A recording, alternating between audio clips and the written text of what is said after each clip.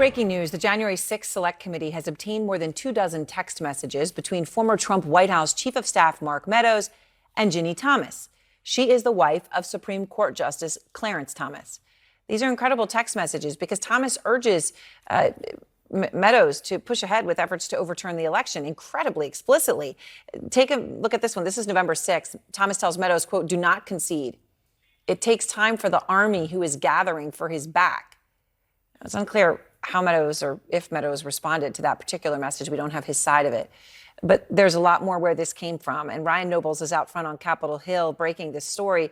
Ryan, I mean, this is amazing stuff. This is the very prominent, powerful wife of a Supreme Court justice texting the chief of staff from the White House. What else does Ginny Thomas say?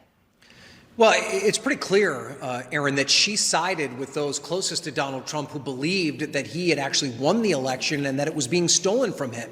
And she implored the then chief of staff, Mark Meadows, to do everything he possibly could to try and stand in the way of the certification of Joe Biden's victory, including encouraging these questionable conservative lawyers that were spreading false claims of election fraud, like Sidney Powell. This is an exchange between both Thomas and Meadows on November 19th. Ginny Thomas writes, "Sounds like Sidney and her team are getting inundated with evidence of fraud. Make a plan, release the Kraken, and save us from the left taking America down." Of course, the Kraken is how Sidney Powell described herself. And then, of course, there's January 6th itself, Aaron. We know that Ginny Thomas was here in Washington on that day. She watched part of President Trump's speech at the Ellipse, but then said that she went home after the fact. She reached out to Meadows on January 10th, just 4 days after the violence and chaos here on Capitol Hill, and she said, quote, "We are living through what feels like the end of America.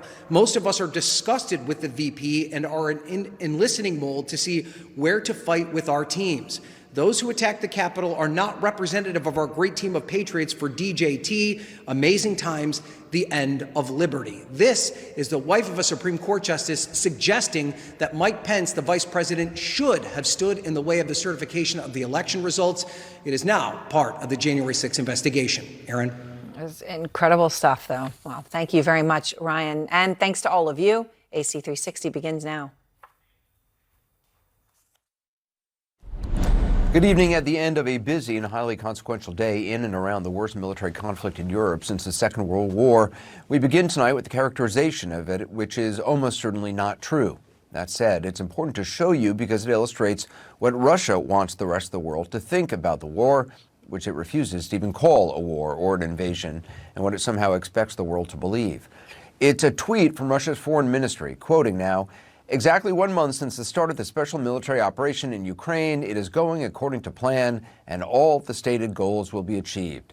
Life is returning to normal in the territories already liberated from nationalists." Now, take a look. This is one of 3 Russian tanks and 9 infantry fighting vehicles Ukrainian forces say they destroyed or took in fighting today east of Kyiv, part of a larger counteroffensive in the area. Taking a look at that, it doesn't look like a Russian operation, in the words of that tweet, that went according to plan. Nor does this, a new drone video of Irpin to the northwest of Kyiv. The mayor says it's come under heavy rocket fire, telling CNN that 80% of the town is now controlled by the Ukrainian army. In southeastern Ukraine, this is one of the occupied cities where life is supposedly returning to normal, according to Russia's foreign ministry. Russian forces took it just 3 days into the war, and that burning that you see is a Russian warship, one of 3 that Ukrainian forces say they hit. An American defense official confirms it tonight. The Ukrainians say it's the Orsk and that it was delivering armored personnel carriers. It's certainly hard to square the flames and secondary explosions with anyone's conception of things going according to plan. Now, just a day ago, Russian television ran a report on its arrival, the ship's arrival. In it, a Russian officer says, quoting now, "Our arrival here is a milestone event. It opens up completely new opportunities for the Black Sea Fleet to use existing Ukrainian infrastructure for our logistics operations." Until that is, it doesn't. So not according to plan. Nor life returning to normal, which is even crueler to suggest. In and around Kharkiv is the aftermath of a missile strike, killing 6 at a shopping mall outside the city. The regional governor there saying 140 multiple launch rockets attacks, 44 tanks and artillery shells. This is what we call a stable situation, end quote. Life is certainly not returning to normal for the nearly 4 million Ukrainians who've had to leave the country, or the children who now cannot leave. This is Milena. Take a look at that picture. A little girl lying in a hospital bed with sandbags in the windows so she doesn't get even more injured by a nearby blast. She is 11 years old. She's at a children's hospital in Zaporizhia, recovering from a gunshot to her jaw. At the same hospital, a little boy, Artem, just 3 years old, by another window with sandbags. He was hit in the stomach by shrapnel. Nothing about his wounds or the sandbags or anything in this picture, in this window, in any way says normal, and it never should. The UN says 105 children have been wounded since the war began and 78 killed, but those are just the numbers that they've managed to confirm. The likely death toll is much higher. The actual figures are much higher. CNN's Ivan Watson visited that hospital today, and we'll have a conversation with him about it just ahead. Also, to Russia's claim that all is going according to plan, there is this. President Biden today at an emergency NATO summit. The president announcing more than $1 billion humanitarian aid for Ukrainians, more slots for Ukrainian refugees, and tighter sanctions on Russia. He was also asked about something that would not even be a topic for discussion, yet chillingly now is. So you've warned about the real threat of chemical weapons being used. Have you gathered specific intelligence that suggests that President Putin is deploying these weapons, moving them to position, or considering their use? And would the U.S. or NATO respond with military action if he did use chemical weapons? You know, on the first question, I can't answer that. I'm not going to give you intelligence data, number one. Number two, we would respond. We would respond if he uses it. The nature of the response would depend on the nature of the use. Thankfully, that moment has not come. What is happening, though, appears to be new signs that the Ukrainian counteroffensive east of Kyiv is gaining ground. Air raid sirens have been heard tonight in the capital. CNN's Frederick Blayton is there for us now. So we just got new video showing heavy rocket attacks in Irpin. What more do we know? Hi there, Anderson. Well, this is something that was happening throughout the course of the day. We were actually in touch there with the mayor of Irpin, and he was saying, yes, those heavy rocket attacks were happening, and they're happening just as Ukrainian forces are actually moving back into Irpin. The national police is back on the ground there, but as you can see there on those pictures, it's still far away from any sort of sense of normalcy there in Irpin. And of course, the same is pretty much true here for Kyiv as well. It still is very much a city that is very much on a war footing. And you know, the person who's in charge of really making the city still work and making the citizens here still have even the semblance of some sort of life is the city's mayor, which is Vitaly Klitschko, the former boxing champ. He's working very closely with his brother Vladimir Klitschko, who of course was also a world heavyweight champion. And I actually got to visit the two in their in a secret location where they were running everything. And here's what they told me. As Vladimir Putin continues his assault on Ukraine, the U.S. believes taking the capital, Kyiv, remains Russia's main goal. But the city's mayor, former world boxing champ Vitaly Klitschko, vows Putin's troops will not enter this town. We met the mayor and his brother Vladimir Klitschko, himself a former boxing champion, in a secret location in Kyiv. Do you think that you have what it takes to fend them off completely and that this city will not be taken by Russia? It's our hometown. We fight. We never go to the knee. We don't want to be slaves. We don't want back to USSR to live in dictator, to live in authoritarianism. We see our country as modern European democratic country. The Klitschkos are on the move 24/7, visiting residential areas shelled by the Russian army, sometimes getting emotional when seeing the aftermath of Russian attacks. Putin says he's only targeting military targets. Bullshit. Sorry. Where is military target? Comforting those affected by the war and overseeing the effort to train those looking to confront Russian forces. You've really stepped up and really have organized the defense of the city. How did you manage to do that, learn that so quickly, learning on the fly? We don't need to organize. I meet people in blog post with very peaceful profession. Artist, musician, doctors. Never ever have idea to take the uniform and take the weapons in the hand. But right now, they in the street and ready to fight. few days ago, the apartment building destroyed from rocket. One man, around 60 years old, coming to me and asked what I have to doing. What I have to do right now. I give him proposal to evacuate him to my safety zone, to west of Ukraine. He told, Mr. Klitschko, my mayor, I don't want to leave from my hometown. Please, give me weapons. I am ready to defend my family, my lovely Kyiv. Instead the panic, instead demoralization, the people motivate so much and have spirit to defend our future. But they're up against a strong and better equipped foe. As President Biden visits Europe to meet NATO allies, the Klitschko's message is get tougher on Putin. What are your demands? What do you guys need to continue this fight? Our will is strong, and it's better and stronger than any army and any weapon. But we definitely need to close our sky. Our civilians and our cities are getting destroyed, and it's continuing while we're giving this interview and speaking about it. The fights are still going on. We need supply of the defensive weapons.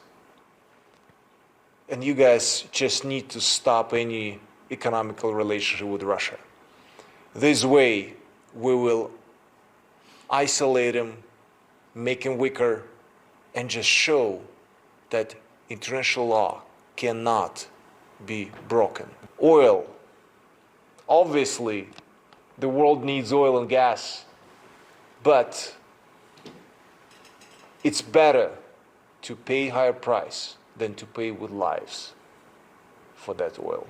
And so you guys obviously, or you want a no-fly zone, I gather, and aircraft, anti-aircraft systems and the like to beat the Russians in the skies. That's one of the most important things, right? If you supply us with defensive weapons, we're going to close the skies on our own.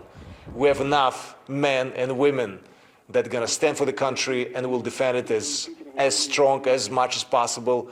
And we're going to close the sky on our own. We just need the defensive equipment for that.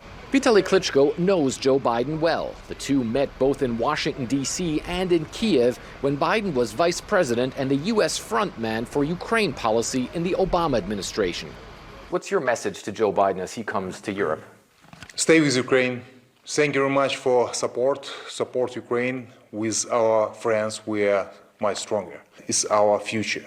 It's our freedom. We're ready to fight for that, but we need support for whole democratic world. The Klitschkos are international celebrities with massive fan bases in both the U.S. and in Europe. And yet they say for them there is no other place they want to be than in Kyiv, despite the dangers. You're some of the prime targets for the Russians, you know. They're out to get you. Why do you do it? Or what motivates you? It's our homeland. It's our parents here. We grown up. It's our country. It's our home. And the simple answer, we have to be here. Do you know this expression of roots? Our roots are here. Our father, that was one of the Chernobyl survivors, and he was one of the liquidators that buried in Kyiv, and he's Ukrainian as it could be. Our relatives, our friends, every single street reminds us on some memories in life. And that's something that gives you so much strength, because the truth is on our side. This is pretty much reminds me like in a fairy tale, the fight between the good and the evil. It's so fascinating to see them and how they have risen up to this challenge. Yeah, I mean, it really is. I was just going to say, I mean, they are really, first of all, two really remarkable guys. And the way that they've stepped up in a short period of time, you know, I was watching them operate a little bit with some of their staff, with some of the people around them, and they've really taken charge of the situation. And I think the other thing that's really important is in this situation, it's so difficult, Anderson, for the people here in the city. They comfort the people, they give them strength, and they really also tell them, you know, they are going to go on and they're going to be able to fend the Russians off. And I think the Klitschkos, too, they've become a lot more confident of that as all of this has gone on, especially now that the Ukrainian army seems to be making more gains, Anderson. Yeah, Fred Plankton, appreciate it. Thank you. Be careful. Next to Brussels, and CNN's Phil Mattingly traveling with President Biden. What more is the president saying about what the U.S. and NATO are prepared to do? The scale is significant, and I think it largely matches up with the elements of the sanctions regime, the humanitarian aid that we've seen rolled out over the course of the last several weeks, but they are continuing to ramp it up. It's a point the president made today in his remarks to reporters, making clear that so long as President Putin continues the invasion, continues the horrific attacks that we've seen over the course of the last month, the U.S. and its allies will continue to ramp up sanctions. More than 400 new individual sanctions were applied today. The U.S. and its European allies making clear that sanctions also apply to the gold reserves in Russia's central bank. Just another attack on the central bank and the ruble, which is now pricing out at less than 1 cent for every dollar. The overall effort, though, has not changed the dynamic, Anderson, and I think that's the complication here and something that leaders have been trying to grapple with. And due to the hit that the Russian economy has taken, it's also raised concern about what President Putin may do next. One of the major points of discussion over the course of nearly 3 different summits over 12 hours during the course of the day,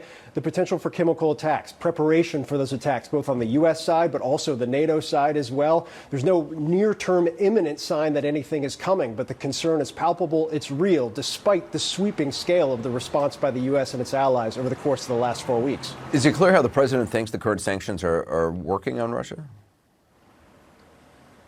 You know, I think that the president and his top advisors believe it's working as it's designed to, and perhaps better. It's certainly more significant, more impactful than they probably thought it was going to be in the weeks leading up to the invasion. I think that underscores both the unity with the U.S. and its more than 30 partners over the course of 4 continents, what they've been able to put into place. And if you look at the near-term effects of the Russian economy, GDP expected to contract by 15%, inflation expected to spike by 15%. I already mentioned the ruble. You have more than 400 private companies that have left Russia. You're seeing younger people in Russia leave by the thousands, if not hundreds of thousands at that point. All of that shows that they are having a dramatic effect, and yet they have not shifted President Putin's calculation. I think that's the concern right now, is that they know it didn't deter. Will it actually shift his calculation? One thing to keep an eye on, Anderson, is the way these sanctions are designed, particularly on export controls, cutting off Russia to very critical technology to major industrial sectors. Over time, the bite will get more dramatic. And I think U.S. officials know that as the weeks go on, and they expect this to be a long-term crisis, a long-term battle, the sanctions will only have a harsher effect. And they've also acknowledged they will continue to ramp up those sanctions, which will continue to take a major chunk out of Vladimir Putin's economy. Yeah, Phil Mattingly, appreciate it. Thank you. Coming up next, one woman's story and how she and her family finally made it out of Mariupol and all that they endured in the siege. And later, CNN investigates what happened when a Ukrainian crew member tried to sink a yacht tied to a powerful Russian oligarch.